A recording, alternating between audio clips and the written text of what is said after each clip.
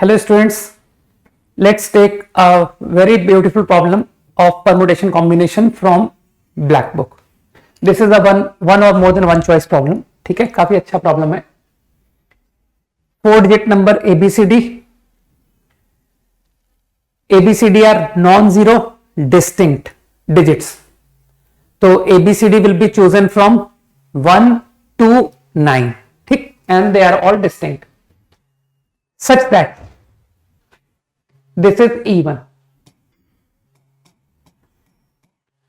तो एक अच्छा मेथड कि possibilities, I want this to be even, तो this should be odd, this should also be odd. Even, this also is even. ठीक, अब मैंने क्या किया, मैंने पॉसिबिलिटी ओवर दीज 4 सोचा. तो मेरे ख्याल से जब ए बी प्रोडक्ट आपको ऑड चाहिए तो तुम्हारे पास एक ही पॉसिबिलिटी होगा कि A has to be odd, B has to be odd, इसी तरह से C D to be odd, C is odd, D is odd. ठीक, तो ये केस तो सिंपल हो गया कि सर आपको चारों 4 ऑड लेने पड़ेंगे एबीसीडी पर. अब मैं बात करता हूं A B is even, C D is even. अब ये थोड़ा सा ट्रिकी है ना, हालांकि उतना भी नहीं है. तो ए बी इज इवन, तो इसमें तुमको लगता नहीं कि सर इसमें तो बहुत सारे पॉसिबिलिटी जाएंगे. A is odd, B is even, है ना. तो इस तरह से तुम कैसे सोच पाओगे कि सर दोनों इवन, कोई एक इवन, एक ऑड, है ना, इस तरह से. तो अब मैंने तुम्हारा बस ये इंटेंशन है, तो मैंने क्या कहा, मैंने कहा कि यार आउट ऑफ एबीसीडी अगर ऑल 4 आर इवन, तो मेरे ख्याल से अगर एबीसीडी चारों इवन है तो तुम्हारी condition A B is even, C D is even fulfil हो जाएगा. अब मैंने और पॉसिबिलिटी सोची कि यार A B even, C D even के लिए और क्या संभव है. 3 इवन, 1 ऑड. ठीक, ये भी केस आसान है कि सर कोई से भी 3 इवन बोल दीजिए और एक को ऑड बोल दीजिए. I am confident your A B is going to be even, your C D is going to be even. लेकिन अब मामूली सा ट्रिकी केस कि सर 2 इवन एंड 2 ऑड. ठीक, अब इसके अलावा मेरे ख्याल से तुम और कोई केस तो नहीं बोलोगे कि sir 1 odd, 1 even and 3 odd. उसमें फिर तुम्हारा A B and C D product, ये A B product, C D product दोनों इवन नहीं आ पाएगा. ये तुम समझदारी से सोच सकते हो, है ना. तो 1 बाय 1 बात करते हैं. 4 ऑड, अगर ए बी सी डी सारे ऑड हैं तो तुम फट से कर दोगे कि सर 1 3 5 7 9 5 3 4 4 फैक्टोरियल 5, है ना. समझ गए तुम, है ना. 5 में से कोई 4 ऑड सेलेक्ट किए और अरेंज कर दिया over A B C D. Now 4 even, this also is easy, there is no zero. Okay, तो 2 4 6 8 डायरेक्टली 4 फैक्टर लिख दो कि सर 4 C4, आपको चारों ही यूज करने पड़ेंगे. 3 even, 1 odd, this also is easy, 4 C3, 5 C1, 4 factorial. अब थोड़ा सा केयरफुल अब होना. 2 इवन, 2 ऑड. अब यहां पर पहले तो मैंने ऑड और इवन सेलेक्ट कर लिए, 2 ऑड, 2 इवन. अब तुमको लगता नहीं कि सर अब मुझे समझदारी दिखाने की जरूरत है कि जो 2 इवन आपने सेलेक्ट किए हैं उसमें से एक even out of A B होगा और जो अनदर इवन नंबर है आउट ऑफ सी डी होगा. तो मैं क्या करने जा रहा हूं, तुम्हारे पास 2 इवन है ना, उनको अरेंज करने जा रहा हूं over A B C D. तो you decide any one of, कि सर ए को इवन दोगे या बी को, 2 C1 वेस. इसी तरह से out of C D 2 C1 वेस. मैंने अभी ये सोचा है which of the letter out of ABCD are even, that is decided in these many ways. लेकिन अब तुमको लगता नहीं सर अरेंज भी तो करेंगे, for example A is even, C is even, तो तुमको लगता नहीं कि सर वो जो दो इवन है उनको आप 2 फैक्टोरियल अरेंज भी तो करोगे ओवर देम, है ना, अमंग देमसेल्व्स। अब मेरे ख्याल से रिमेनिंग 2 लेटर्स में arranging odd, so this is going to be all possibilities over AB plus CD even। मेरे ख्याल से आप इसको जोड़ना, ठीक है। Calculation is not my job, ठीक है। तो मुझको जितना आंसर याद है कि सर ये करने से 1584 है ना, ये वैल्यू आती है।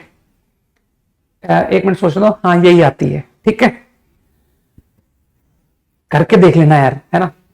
कितना हो गया 120, 24 यार, ये मेरा काम नहीं है, ये तुम करना है, ठीक है। ओके, अब हालांकि मैं तुमको थोड़ा डिफिकल्ट मेथड भी बता सकता हूं कि, है ना, लेकिन ये अच्छा मेथड था, इसी से जाना चाहिए। हो सकता है कुछ लोग कह रहे हो कि सर मैंने ना सारी पॉसिबिलिटी बना बना के किया था, A B C D odd odd odd odd 4 odd, है ना।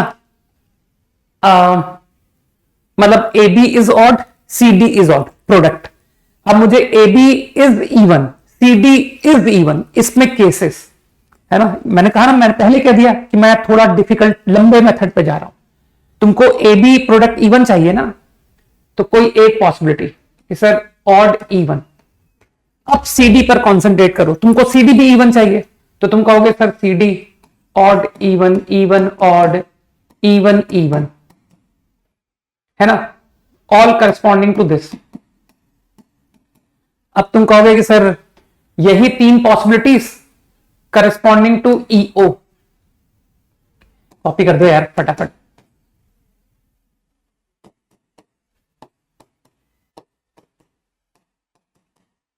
और इसी तरह सब कुछ समझदार लोग कहेंगे सर इसी तरह से EE AB, पर फिर 3 पॉसिबिलिटीज।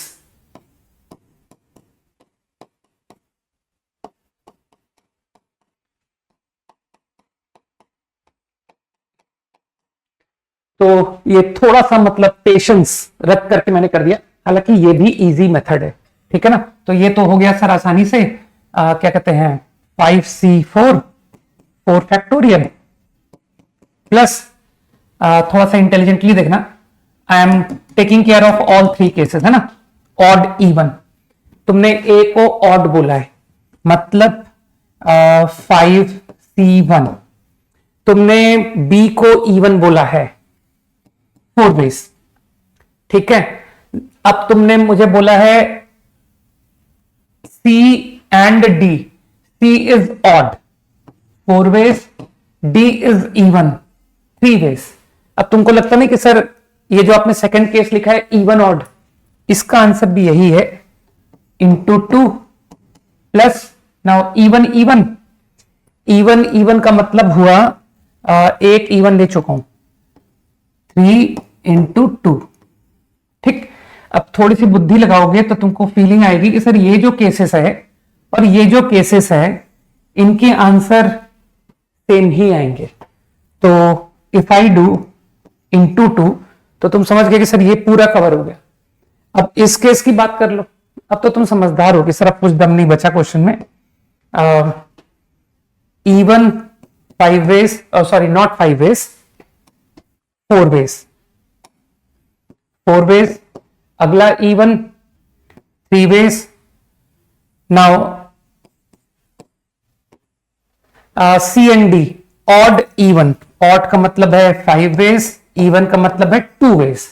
अब तुम लोग क्योंकि समझदार हो, तुम कहोगे कि सर इवन ऑड के केस को भी यही निपटा दो, into 2 plus even even 2 into 1।